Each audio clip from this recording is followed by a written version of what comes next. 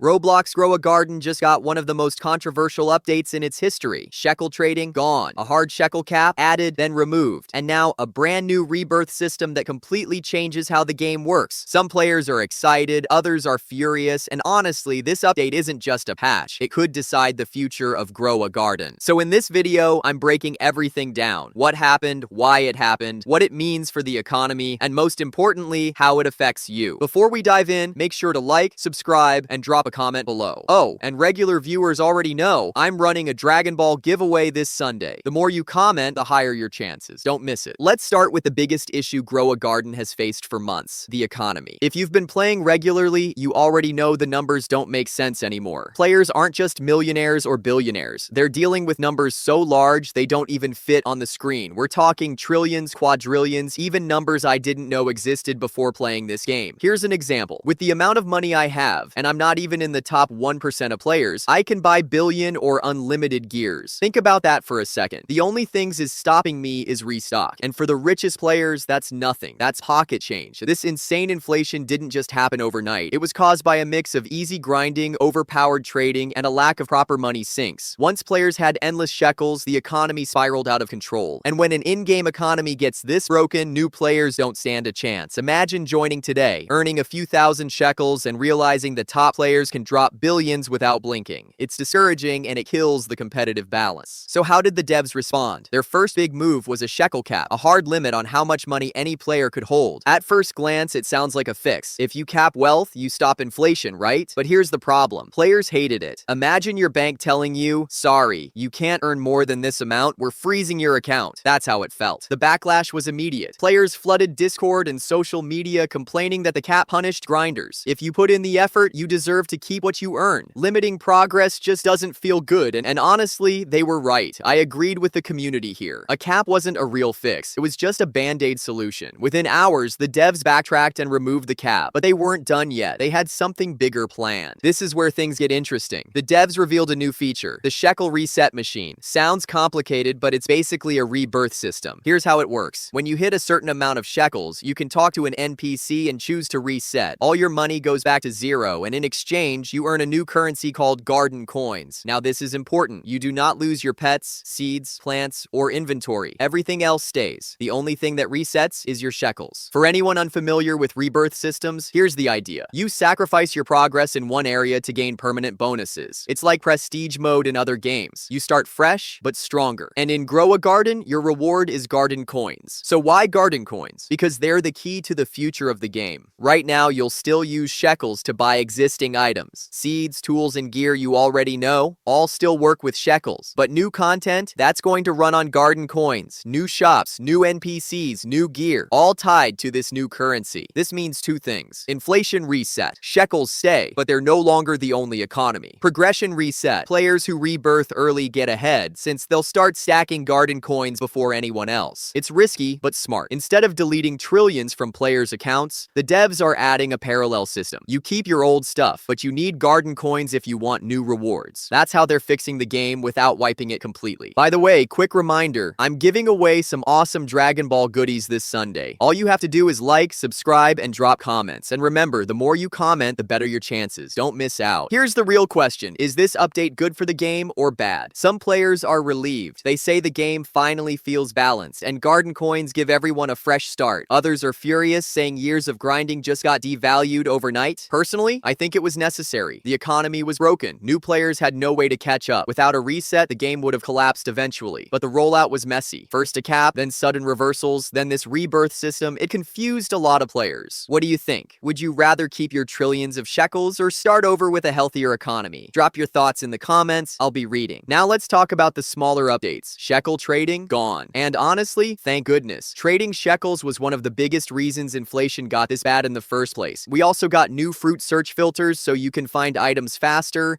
new mutation combos like Aurora plus Celestial giving Cosmic, and of course, bug fixes across the board. Small details, but they add up and make the game feel smoother. So here's where we stand. Grow a Garden is officially entering a new era. The shekel reset system and Garden Coins could either save the game or split the community forever. Personally, I think it's a bold move, one that shows the devs are willing to take risks. They made mistakes, sure, but they're also listening and trying to fix things. Don't forget, I'm announcing the Dragon Ball giveaway winner on Sunday. Like, subscribe, and comment to enter. And if you made it this far, type the word coin in the comments so I know you're a real one. Thanks for watching, and I'll see you in the next video.